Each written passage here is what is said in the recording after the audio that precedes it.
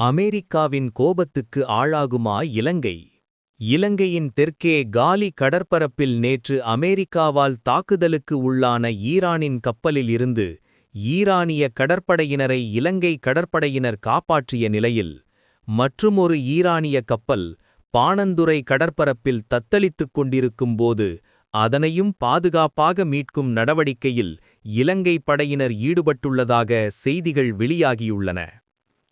ஈரானுக்கு எதிராக இஸ்ரேலுக்கு ஆதரவாக அமெரிக்கப் படையினர் கடும் தாக்குதல்களை நடத்தி வரும் நிலையில், ஈரானிய கப்பல்களையும் அதில் இருக்கும் அந்நாட்டுப் படையினர் மற்றும் பொதுமக்களை காக்க இலங்கை அரசாங்கம் எடுத்து வரும் நடவடிக்கைகள் இலங்கைக்கு பெரும் அச்சுறுத்தலை ஏற்படுத்துமா என்ற கேள்விகள் தற்போது எழுந்துள்ளன.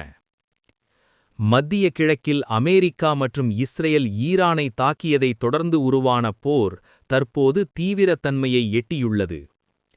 ஈரானின் கப்பல்களை இலக்கு வைத்து அமெரிக்கா தாக்குதல்களை நடத்தி வருகிறது. இலங்கையின் கடல் சார்ந்த எல்லைக்கு வெளியே நேற்றைய தினம் ஒரு ஈரானிய போர்க்கப்பல் ஒன்றை அமெரிக்கா தாக்கியதால் பெரும் பதற்றம் ஏற்பட்டது. இந்த சம்பவம் இலங்கையின் தேடல் மற்றும் மீட்பு கடற்பரப்பு உட்பகுதியில் மட்டுமன்றி, இலங்கையின் சிறப்பு பொருளாதார கடற்பரப்பு எல்லைக்குள்ளும் இடம்பெற்றதால் இலங்கை கடற்படைக்கு அவசர அழைப்பு கிடைத்ததாக தெரிவிக்கப்படுகிறது.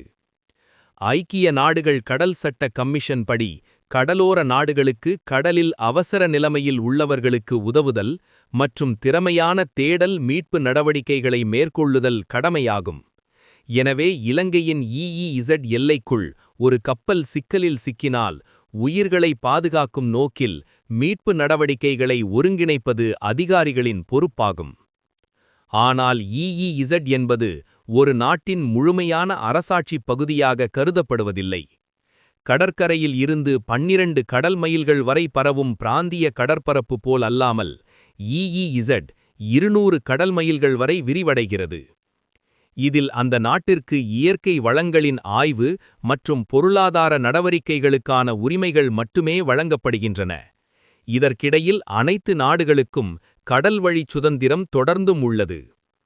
இது குறித்து இலங்கை கடற்படை தெரிவித்ததாவது: UNCOLS உடன்படிக்கையும் சர்வதேச கடல் தேடல் மற்றும் மீட்பு உடன்படிக்கையும் அடிப்படையாகக் கொண்டு அவசர அழைப்பிற்கு பதிலளிக்கப்பட்டுள்ளது என்றும், சம்பவம் குறித்து பின்னர் விசாரணை நடத்தப்படும் என்றும் தெரிவிக்கப்பட்டுள்ளது. இந்திய பெருங்கடலில் முக்கியமான கடல் போக்குவரத்து பாதைகளின் மையப்பகுதியில் இந்தியாவின் தெற்கு பகுதியில் இலங்கை அமைந்துள்ளது. ஐரோப்பா மற்றும் மத்திய கிழக்கை கிழக்கு ஆசியாவுடன் இணைக்கும் உலகின் மிகவும் பரபரப்பான கிழக்கு மேற்கு கடல் வர்த்தக பாதைகளில் ஒன்றுக்கு அருகேயே இலங்கை உள்ளது.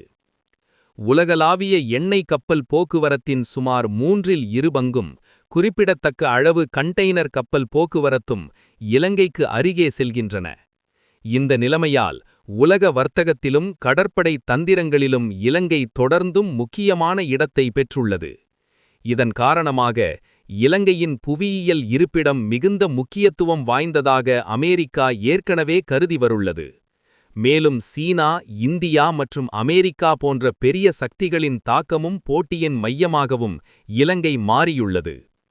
இதனால் இலங்கை அமெரிக்காவுக்கு எதிரான செயல்களை செய்தால் அது இலங்கையின் அரசியல் மற்றும் வர்த்தக நடவடிக்கைகளுக்கு பாதிப்பை ஏற்படுத்தும் என அரசியல் ஆய்வாளர்கள் தெரிவிக்கின்றனர்.